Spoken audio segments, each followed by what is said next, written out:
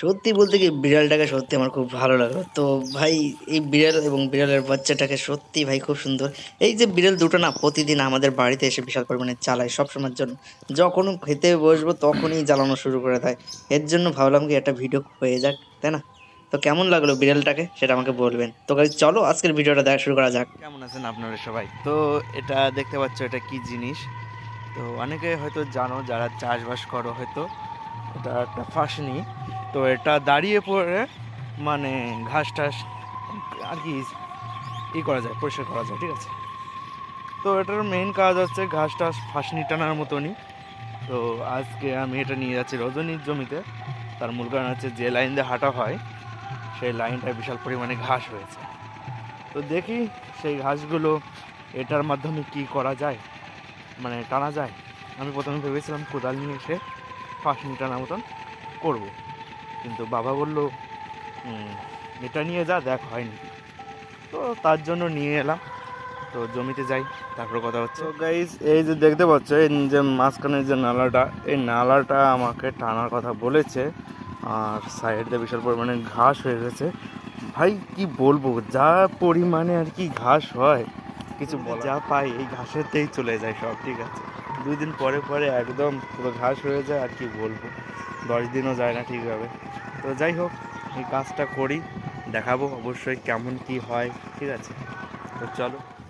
ঘাস ছিল যে এখন, তখন কেমন ছিল আর বর্তমানে কেমন, মানে অবশ্যই আবর্জনা লাগছে, কিন্তু ঘাস টাস টানা হয়ে গেছে। এই যে এই পর্যন্ত আমরা পড়েছি, অনেক টাইম হয়ে গেছে, অনেক সময় হয়ে গেছে। তো এই পর্যন্ত আমি করলাম, আবার এখান থেকে ওই পর্যন্ত দেখি কালকে সকালে এসে আবার করতে হবে। তো অনেকটা ঘেমে গেছি। তো যাই হোক, কেমন লাগলো আজকে এখানে এসে? ভালোই লাগলো আমার সত্যি। আর তোমাদের এই ব্লগগুলো কেমন লাগে অবশ্যই কমেন্টের মাধ্যমে জানাবেন। আর রাজদাস, সত্যি থ্যাংক ইউ, তুমি আমার ভিডিও দেখো, কমেন্ট করছো, তুমি আমাকে বলছো যে আমার ভিডিও দেখার জন্য অপেক্ষা করে থাকে। তো যাই হোক, খুব ভালো লাগলো শুনে। তো সত্যি আমি টাইম পাই না ভিডিও বানানোর জন্য, সপ্তাহে সম্ভবত একটা দুটো করে ভিডিও, তাও অনেক কষ্টে ভিডিও আপলোড করি। ভাই সত্যি বলতে কি, এই ব্যাপারে আমার সেরকম অভিজ্ঞতা নেই। তো তার জন্য এরকম মাঠের থেকে বাড়ি যাচ্ছি, দেখতে পাচ্ছ এখানে কত ছাগল। আর এই যে আমার শুটির জমি এখনও ছেঁড়া হয়নি। ভাই গরমকাল চলে এলো কিন্তু শুটি আন্তল তোলা হয়নি, ঠিক আছে? বাহ, এটা নাচছে কেন? কালকে অর্ধেক কাজ করেছিলাম, তো আজকে পুরোটা কমপ্লিট করা হয়ে গেল। এখন বাড়ির দিকে যাচ্ছি। তো যাই হোক, আজকের এই ভিডিও কেমন লাগলো আপনাদের দ্বারে?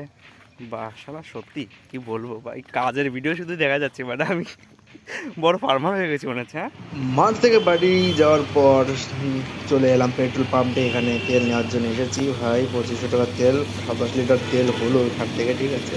তো এখানে দেখো ওপরের দিকে আপ ডাউনও হচ্ছে, সেটাও দেখাচ্ছে তোমাদের। ড্রামে তেল হচ্ছে, এখানে দেখতে পাচ্ছ নাম্বার উঠছে, আর এখানে কয় লিটার ড্রামে ভরলো সেটা আর কি দেখাচ্ছে, শো হচ্ছে, ঠিক আছে? তো আমার সঙ্গে আমার বন্ধু বলতে ভাইপো এসেছে, নাম হচ্ছে দেব। তোমরা অবশ্যই দেখেছো বা অনেক ভিডিওতে দেখেছো সম্ভবত। তো যাই হোক, এখানে টাইম নিয়ে দেখাচ্ছি ভাই কত কি কোয়ালিটি হয় কি না হয়। আর বর্তমানে মানে ডিজেলের দাম 92 পয়সা, নাকি 92 টাকা কত পয়সার জন্য, ঠিক আছে? 53 পয়সা সম্ভবত, ঠিক আছে? না, 56 পয়সা। তো খুব ভালো, 2500 টাকা তেল হয়ে গেছে, 27 লিটার। অবশেষে আমরা আর কি পেট্রোল পাম্পে গেলাম। তো পেট্রোল পাম্পে 27 লিটার তেল নিলাম, 2500 টাকা পড়েছে। তো যাই হোক, খুব ভালো তো লাগলো। গাইস, আজকের ভিডিওটা এখানে শেষ করছি। দেখা হবে নতুন আরো একটি ইন্টারেস্টিং ভিডিও নিয়ে। আজকের জন্য বাই বাই।